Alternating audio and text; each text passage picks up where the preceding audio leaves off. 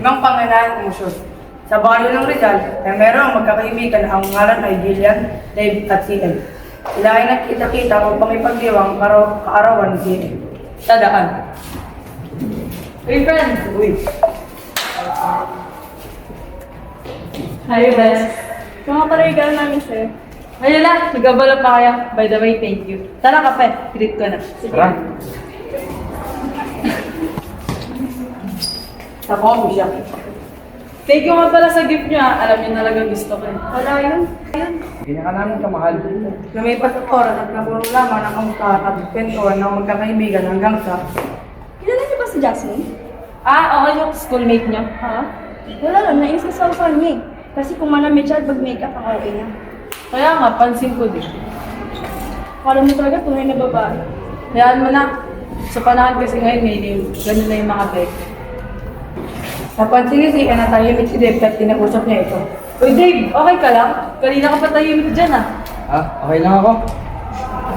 At sige, una na pala ako, may pupuntahan pa kasi ako. Bye. Babainit ka.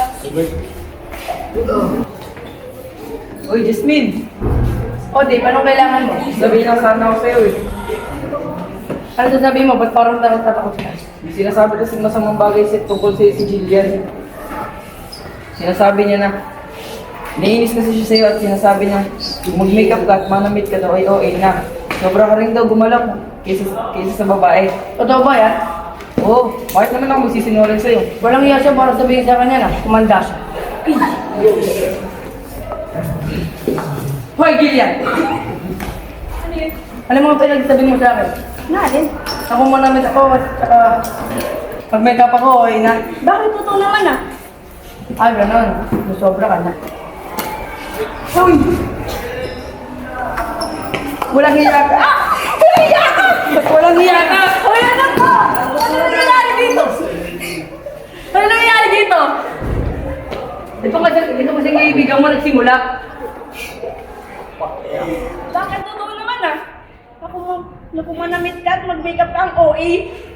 Hindi na yung pang babae. Sumating ang school principal. What's happening here? All of you, go to my office. Now! Tumingin ang lahat ng tao sa school principal, pati na rin si Jillian at Jasmine. Bakit pa kasi sinabi mo yung mga ganung bagay kay Jasmine?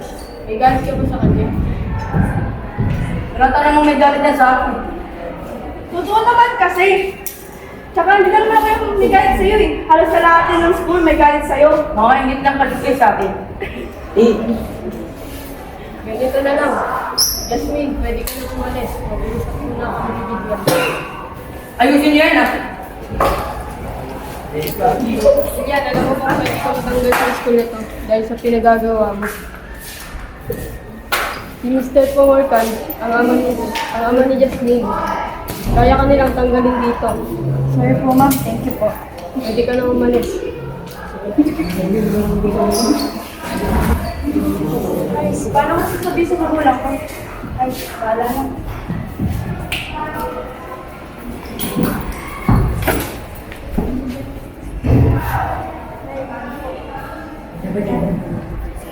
Oh, bakit ngayon ka lang? Ay, kinapos na po sa school na yun.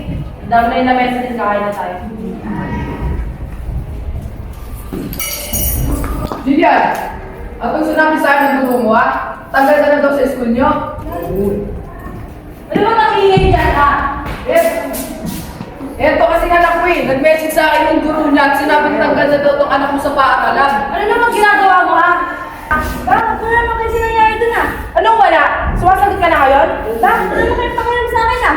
Walang hiya ka? Umakyat ka na at huwag kang bababa! Talaga? Bakit nangyayari sa akin to? Ginawa ko naman lahat ah. Pero bakit ganito pa rin sila sa akin?